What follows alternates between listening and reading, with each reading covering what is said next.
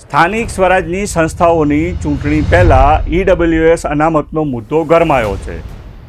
ગાંધીનગરના સર્કિટ હાઉસમાં બિન અનામત વર્ગ એટલે કે પાટીદાર, બ્રાહ્મણ, ક્ષત્રિય સમાજના આગેવાનોની ચિંતન બેઠક મળી હતી.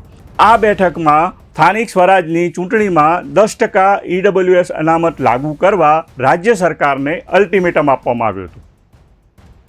નમસ્કાર દર્શક મિત્રો, હું છું સુરેશ વણોલ અને આપ જોઈ રહ્યા છો બેનિફિટ ન્યૂઝ. આજરોજ બિન અનામત વર્ગના સામાજિક આગેવાનો અને રાજકીય આગેવાનોની ગાંધીનગર સર્કિટ હાઉસ ખાતે ચિંતન શિબિરના આયોજન થયું. આ ચિંતન શિબિરના આયોજનમાં બે મુખ્ય મુદ્દા આપની સમક્ષ રજૂ કરીએ છીએ કે જે અમે સરકારશ્રીને ઠરાવિત કર્યા છે.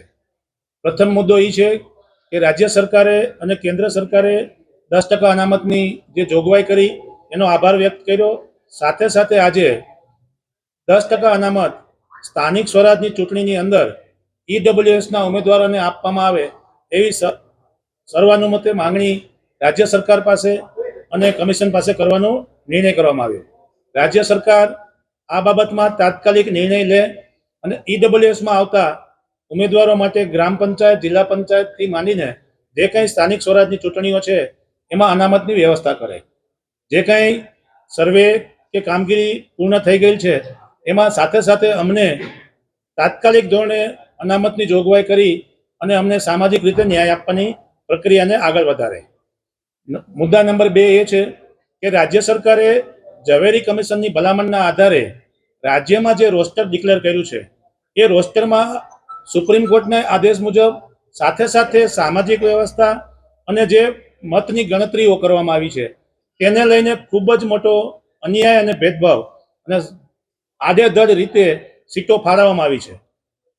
અનામતની અંદર જે રોસ્ટર ક્રમાંક નક્કી કરવાનું આવ્યું છે તે સુપ્રીમ કોર્ટની ગાઈડલાઈનની વિરુદ્ધમાં છે અને સાથે સાથે આ અનામતની પદ્ધતિ કયા બેઝ ઉપર કઈ રીતે કઈ ગણતરીના આધારે કરવામાં આવી છે એની કોઈ પણ માહિતી રાજ્ય સરકાર તરફથી ડિક્લેર કરવામાં આવી નથી.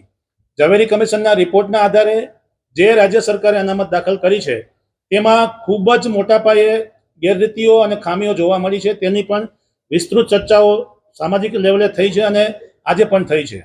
રાજ્ય સરકાર આ બાબતે તાત્કાલિક જે ખામીઓ દૂર કરવાની છે એ કરી અને પછી જ રાજ્ય સરકાર ચૂંટણી જાહેર કરે અને સાથે સાથે 10% અનામતની ચૂંટણીઓ અનામત લાગુ કરે એવી સર્વાનુમતે રાજ્ય સરકાર પાસે આજે સહીઓ સાથે ડ્રાફ્ટિંગ સાથે અમે રજૂઆત લેખિતમાં આપી રહ્યા છીએ.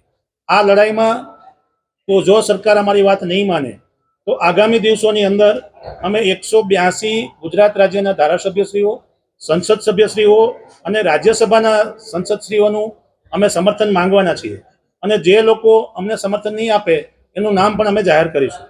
સાથે સાથે પદાધિકારીઓ ગ્રામ્ય લેવલે જિલ્લા પંચાયત અને તાલુકા પંચાયતની ચૂંટણીમાં અનામત દાખલ કરવામાં આવે ઈડબ્લ્યુએસની કેટેગરી માટે અને ઝવેરી કમિશનના રિપોર્ટના આધારે જે કંઈ ખામીઓ થઈ છે, જે કંઈ અનામત દાખલ કરવામાં ભૂલો થઈ છે એ ત્વરિત દૂર કરવામાં આવે. આ બાબતના વાંધાઓ, રજૂઆતો અમે રાજ્ય સરકારને અને જે તે કમિશનને સમયાંતરે આપેલા છે. જો અમારી કોઈ રજૂઆતો સાંભળવામાં નહીં આવે તો મેં કીધું એમ ફરીથી કે સંપૂર્ણ બિન અનામત વર્ગ રાજ્ય સરકારને એનો રાજકીય રીતે પરચો બતાવવા માટે તૈયાર છે.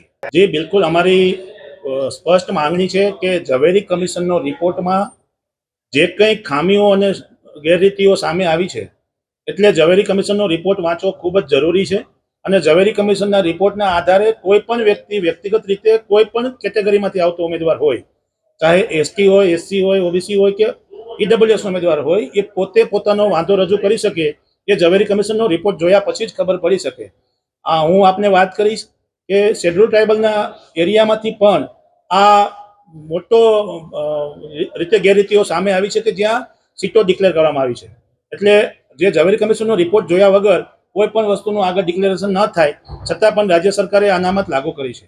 અમે એ બાબતની પણ સરકાર પાસે માંગણી કરીશું કે જેણે આ રોસ્ટર પદ્ધતિઓ દાખલ કરી છે અને ચૂંટણીના વોર્ડની આકારણી કરી છે એની સામે પણ અમને શંકા જાય છે કે એ લોકોએ પણ કોઈ પણ જાતના અભ્યાસ વગર આ પદ્ધતિઓ જાહેર કરી દીધી છે. રાજકીય મુદ્દાના બદલે સામાજિક મુદ્દાની વાત કરીએ તો અમે સ્પષ્ટ કહી રહ્યા છીએ કે સુપ્રીમ કોર્ટની ગાઈડલાઈનનું ખૂબ જ મોટા પાયે આમાં અનાદર થયો છે. આજે દર્જ રિઝર્વેશન અપાયું છે.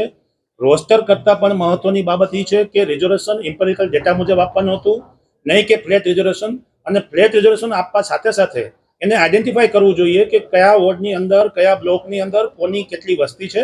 રિઝર્વેશનનો જે રોસ્ટરનો જે ક્રમાંક નક્કી કરવાનો છે એ ક્રમાંક નક્કી કરવા માટેના પણ ક્રાઇટેરિયામાં ઉલ્લંઘન કરવામાં આવ્યું છે. મેં મારા પોતાના નામથી ગુજરાત નામદાર હાઈકોર્ટમાં પિટિશન દાખલ કરેલી છે અને ટૂંક સમયની અંદર ઇલેક્શન કમિશનને અમે વાંધા રજૂ કર્યા પછીના સમય મર્યાદાની અંદર અમારે જરૂરિયાત છે તો અમે સુપ્રીમ કોર્ટમાં પણ જવાના છીએ. અને યુપી બેઝ જેમ ઉત્તર પ્રદેશની અંદર વિકાસ અગ્રવાલના કેસમાં જે સુપ્રીમ કોર્ટે જે ચુકાદો આપ્યો છે એની અમલવારી રાજ્ય સરકાર ગુજરાતમાં પણ થાય એના માટે અમે અપીલ કરવાના છે. આજે ગાંધીનગર સર્કિટ હાઉસ ખાતે નિમ્નામત વર્ગના પ્રતિનિધિઓની ચિંતન શિબિરમાં ઘણા બધા પાસાઓની ચર્ચા થઈ અને બધા જ પ્રતિનિધિઓ હાજર હતા.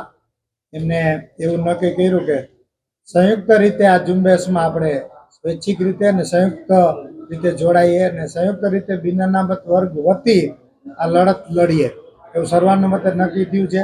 ક્ષત્રિય સમાજ સહિત બધા જ સમાજો એમાં સહમત છે અને આ ઝુંબેશમાં બધા જોડાશે.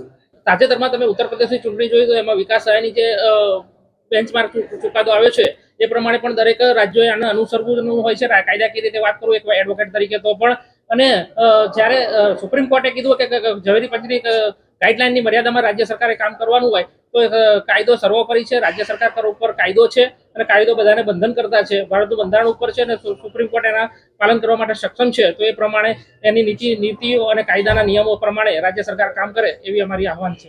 બંધારણ ફેરફાર કરો 10% જે અનામતનું અમે આંદોલન કરેલું પહેલા દરેક સમાજે, તો એમાં જે 10% અનામતનો લાભ મળ્યો, જેમ એજ્યુકેશનમાં મળ્યો, એમ્પ્લોયમેન્ટમાં મળ્યો, તો એ રીતે આ ઇલેક્શનમાં પણ મળવો જોઈએ એ અમારી માંગણી છે. રાજકીય અનામતમાં શું છે કે રાજકીય અનામત નથી માંગતા. ઈડબ્લ્યુએસની સૂચના જે માર્ગદર્શન કર્યું છે, સુપ્રીમ કોર્ટે માર્ગદર્શન આપ્યું છે ઝવેરી પંચનું, અને એ ઝવેરી પંચની રિપોર્ટ પણ બહાર નથી પાડ્યો હજુ તો.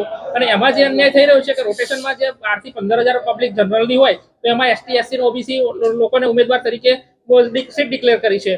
તો અમારું કહેવાનું એવું છે કે જ્યાં એમની વસ્તી વધારે હોય તો ત્યાં એમને આપો સીટો, જ્યાં અમારી વસ્તી વધારે હોય તો જનરલ કેટેગરીના સીટ વધારે ફાળવો અને એ પ્રમાણે એનો ઉમેદવાર કેન્ડિડેટ નક્કી કરવામાં આવે અને આ સમરસ ચૂંટણીઓ થાય બધી આ સામાજિક રીતે ચૂંટણી થાય રાજકીય રીતે, એવી અમારી માંગણી છે.